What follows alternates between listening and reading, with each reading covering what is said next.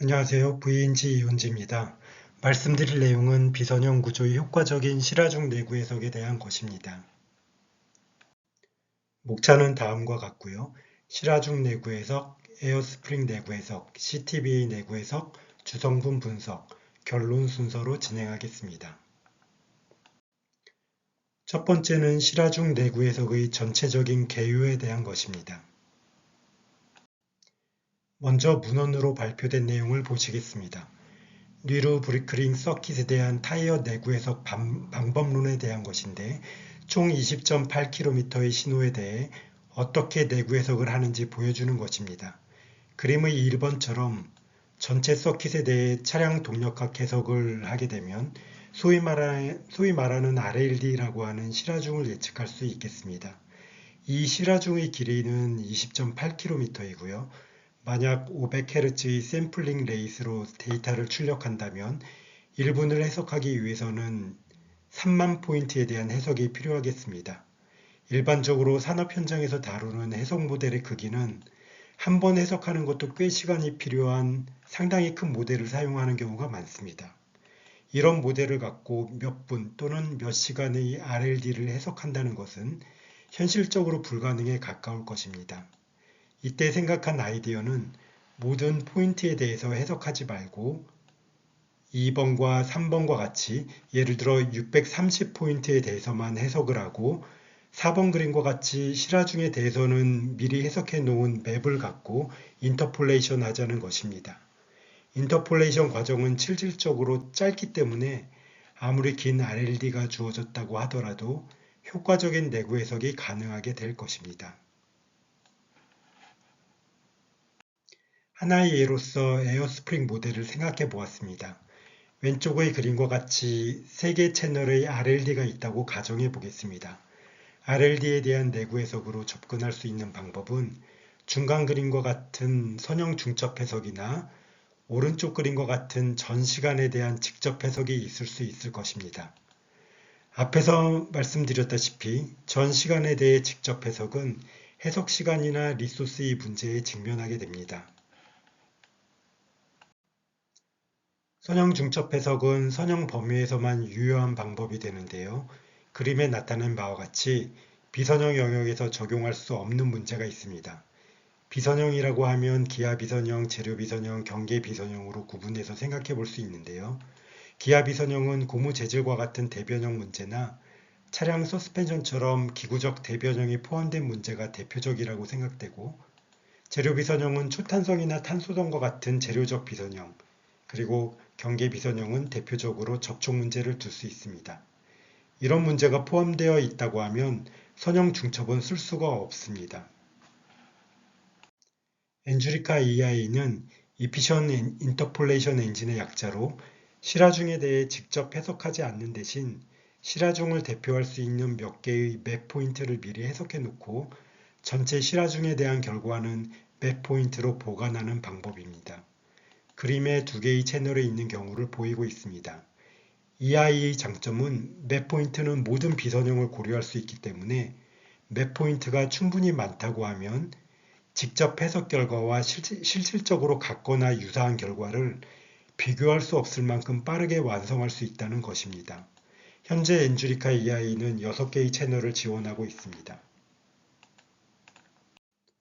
문헌으로 발표된 포드의 사례를 보시겠습니다.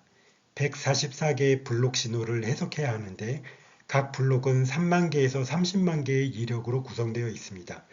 전체적으로 약 1,500만 개의 해석 포인트가 필요한데 EI를 통해 1,500만 개의 해석 포인트의 결과를 빠르게 만들 수 있었습니다.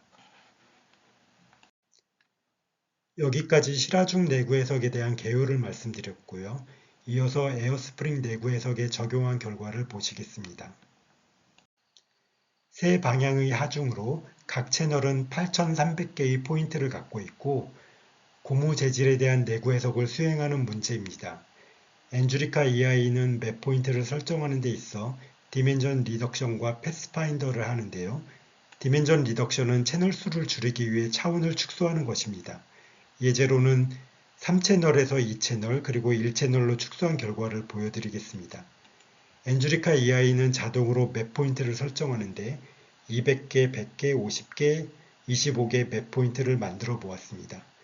이와 같이 두 가지 과정을 거치면 인터폴레이션으로 RLD에 대한 변형률 이력이 만들어지고 이것으로 내구 해석을 수행할 수 있습니다.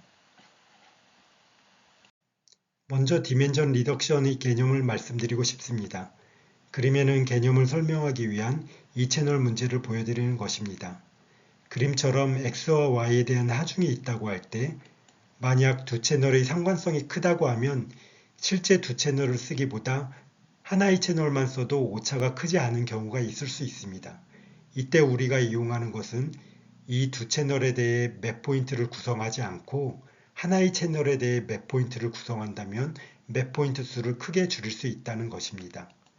엔주리카 EI에서 쓰는 차원 축소 방법은 PCA라고 하는 주성분 분석 방법인데요. 이것에 대해서는 4장에서 따로 정리를 해 보았습니다. 어쨌든 맵 포인트 수를 지정하면 자동으로 최적의 패스를 구해주고 있습니다. 오른쪽 그림은 세 방향의 하중에 대해 맵 포인트가 공간을 어떻게 포함하는지를 보여주고 있습니다. 레퍼런스 해로서 8300포인트에 대해 전시간 해석을 수행한 결과가 가장 위에 있는 그림입니다. 그리고 표로 정리한 것은 행으로 나눠진 부분은 차원을 축소한 것이고 열로 나눠진 부분은 차원 축소에 따라 맵 포인트 수를 줄인 결과입니다. 채널 축소 없이 3개의 채널에 대해 200개의 맵 포인트를 쓰는 경우는 레퍼런스에와 실질적으로 동일한 결과를 얻었습니다. 2차원으로 축소한 후에 50개의 맵 포인트를 써서 해석한 결과는 레퍼런스에와 상당히 유사한 것을 알 수 있습니다. 앞에서는 고무 재질에 대한 내구 해석의 예를 보였는데요. 이번에는 대변형을 하는 서스펜션 부품을 보겠습니다. CTBA는 커플드 토션 빔 X의 약자고요. 왼쪽 그림과 같이 대변형을 하는 부품입니다. 두 개의 채널이 있고 총 1000개의 해석 포인트로 이루어져 있는 문제입니다. 내구 해석은 FESAF를 사용했습니다. 전체 1000포인트에 대해 해석하는 대신 81개의 맵 포인트에 대해 해석을 수행해 보았습니다. 왼쪽 그림은 관심 영역에서의 응력 이력을 전시간 직접 해석 방법과 비교하여 나타냈습니다. 맵 포인트 해석으로 인터폴레이션한 결과가 전시간 해석 결과와 거의 일치하는 것을 알 수 있습니다. 내구 해석 결과도 거의 유사한 것을 알 수 있습니다. 끝으로 엔주리카 EI의 디멘전 리덕션에 쓰이는 PCA, 즉 주성분 분석 방법을 응용한 예를 보여드리겠습니다. PCA는 회귀 분석의 한 방법으로 사용 후 에러가 최소가 되는 축을 구하는 방법입니다. 그림과 같이 사용 후 에러가 최소가 되는 축은 사용 후 분산이 최대가 되는 축과 동일함을 알 수 있습니다. 이는 공분산 행렬을 구하고 공분산 행렬의 고유 벡터를 구하는 문제와 동일합니다. 전체적인 알고리즘을 나타냈습니다. 각각의 채널 데이터가 있을 때 평균과 표준 편차를 구하고 Z 표준화를 실시합니다. 이후에 채널 사이의 공분산 행렬을 계산하고 공분산 행렬의 고유 벡터를 계산하면 여기서 구한 고유 벡터가 바로 축소된 차원의 축 벡터, 즉 주성분 축이 됩니다. 이것으로 우리는 신호 분석을 해볼 수 있습니다. 예를 들어 3개의 입력 신호가 있고 만약 여기에 추가하여 스트레인 게이지 신호가 있다고 할 때 우리는 신호 분석을 위해 오른쪽 박스와 같이 3가지 정도의 업무를 할 수 있습니다. 첫째는 타겟 신호와 상관성이 큰 하중 신호를 선정하는 것, 둘째는 가장 중요한 하중 신호를 선택하고 그 신호만 갖고 재해석을 할 때 타겟 신호를 얼마나 재현할 수 있는지에 대한 것, 그리고 마지막으로 3개의 입력 신호를 대표하는 하나의 축을 선정하는 것입니다. 첫 번째는 타겟 신호와 가장 상관성이 높은 입력 신호를 찾는 것입니다. Z 표준화에서 PCA 분석을 하면 1번과 4번의 상관계수가 가장 큰 것을 알 수 있습니다. 이것은 두 개 신호의 생김새가 닮았다는 것을 알려주는 것인데요. 이렇게 두 개 신호를 선택하여 다시 한번 PCA 분석을 행하면 두 신호의 상관계수가 구해집니다. 그렇다면 오른쪽 그림과 같이 하중 하나의 신호를 스케일하여 타겟 신호를 예측할 수 있습니다. 두 번째는 가장 중요한 입력 신호를 선정하는 것입니다.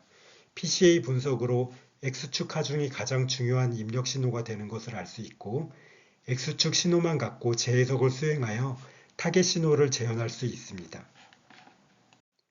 끝으로 PCA 분석을 통해 가장 중요한 하나의 축을 선택할 수 있습니다. 마치 시험에서 액추에이터를 하나를 쓰는데 축을 3차원상에서 기울인 것과 동일한 개념입니다. 이상으로 엔주리카 AI를 사용하여 실화중에 대한 내구 해석과 신호 분석에 대한 것을 말씀드렸습니다. 끝으로 결론입니다. 실화중 내구 해석을 위해서는 대단히 많은 해석 포인트가 필요한데요. 많은 경우 해석 시간과 리소스의 문제가 있습니다. 이것을 효과적으로 해결해 주는 것이 엔주리카 AI 솔루션입니다. 이번 발표에서는 에어스프링 내구 해석과 시티베이 내구 해석의 예를 보였습니다. 특히 엔주리카 AI는 디멘전 리덕션과 패스파인딩 기능이 있는데요. 디멘전 리덕션에 쓰이는 PCA 방법을 하중 분석에 적용한 예를 보였습니다. 이것으로 비선형 구조의 효과적인 실화중 내구 해석에 대한 발표를 마치겠습니다. 경청해 주셔서 감사드리고 혹시 문의사항이 있으면 저희 기술지원 메일로 문의 주시기 바랍니다. 감사합니다.